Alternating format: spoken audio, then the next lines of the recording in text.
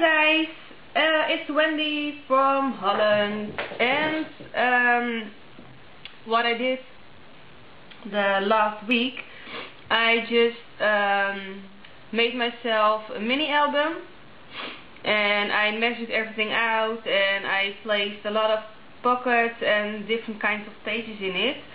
So I wanted to show you that, and I'm also going to upload a tutorial on how to do that, and the videos will be, most of them will be less than 50 minutes because my camera can only record 50 minutes, so that's why.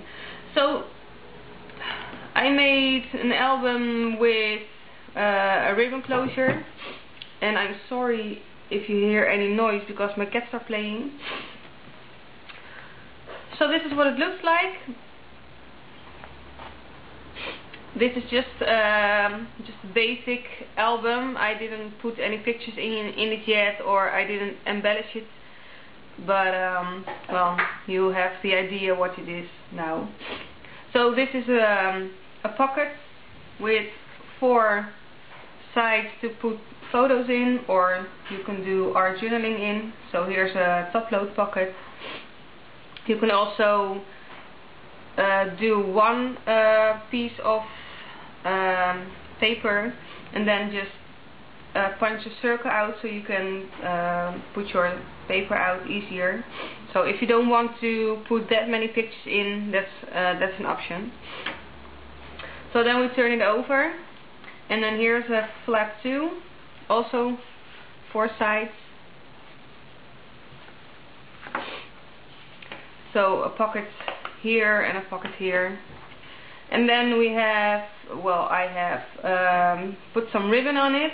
And what you can do, I have, well, this is a scrap piece of paper, but if it is smaller, you can just put anything in it, so you can pull it out. Maybe you can, if you do something, if you want to do this with a travel journal, you can put some,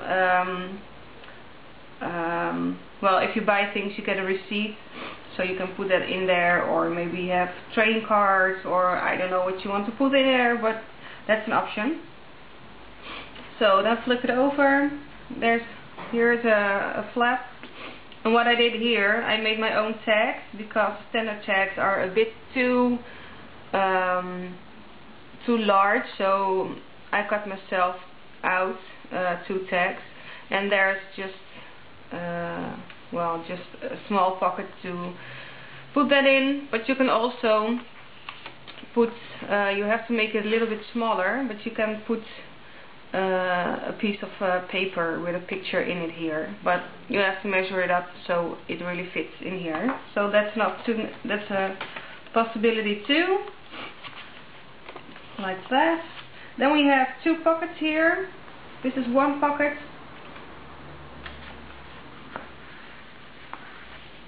and this is the other. And as you can see, I punched out half a circle here so you can get your papers out easier. So here's another one. And then we have a triangle flap with a triangle pocket, and you can also, well, put stuff in here, just make it a little bit smaller so it really fits, or you can put some tags in here just as you wish, or as you like, what you want to do. So this is another flap, and here's another pocket, and I just pre-cut a piece of paper, and I didn't embellish it yet, but maybe I want it a little bit bigger, or I don't know what I want, but this is just a basic album. And this is a blank page, and then there is a trifold which folds both ways, and I did glue it underneath this paper, but it's all going to be explained in the next couple of videos. So there's a lot of room to put some pictures in it, or journaling in it, or just whatever you like. So this is the last page, and then it just closes like this with a ribbon. But you can also put other stuff in it. Maybe you can make your own pockets in here, or it's just very versatile. So this is just a basic that I designed myself, and well, you can do lots of things. You can also maybe if you want to do more of these, you can make them and just put it in your album, or just as you wish. But this is the first thing I designed myself, so I wanted to show you that. And what you'll be needing for this is you'll need a pack of A4 papers, and I use black, and it is 160 grams. So I think you need about 12, but I have a whole package, so when I screwed it up I could take some more. And then you need design paper, well, just the papers you like, and you can see here I cut up a lot of it, and maybe I used up like 8 of them, I don't know, I didn't count, I'm sorry. What I use is a very old line from Cherry Art, and I really liked that paper like years ago, but I never came to use it because I don't know, but I just like the happy colors of the paper, so that's what my album turned out to be, a very happy album. Okay, then you'll need you'll need a paper trimmer. Mine is a little bit too big to show here, but I have a Prima Marketing paper cutter, I guess. But you can also just do it with just your grid lines here, and with your ruler and your knife, or any other paper trimmer that you have. Then you also need a scoring board. I bought mine 1 or 2 weeks ago, and I really loved it. So this is what I used, but you can also use your paper trimmer with your bone folder. So if you have a paper trimmer with, you know, the lines are in it, you can also make your lines with your bone folder, or just score it on your mat, your cutting mat. So there are lots of possibilities, but this is what I used. Then you're going to need lots and lots of double-sided tape. I have a 1/4 inch and half an inch double-sided tape. But if you prefer to use liquid glue, you can also use liquid glue. Well, this is an example for tacky glue. It's a very nice glue, but just use anything you want. Just make sure your paper doesn't, well, you know, if you have a cheap glue, then most of the times what I notice is that the paper just bubbles up and just doesn't lay flat and nice. So that's why I like to use my double-sided tape. So that's what you're going to need too. And I used circle punch. This is a little bit less than 1.5 inches. So that's what I made the cutouts for the tags.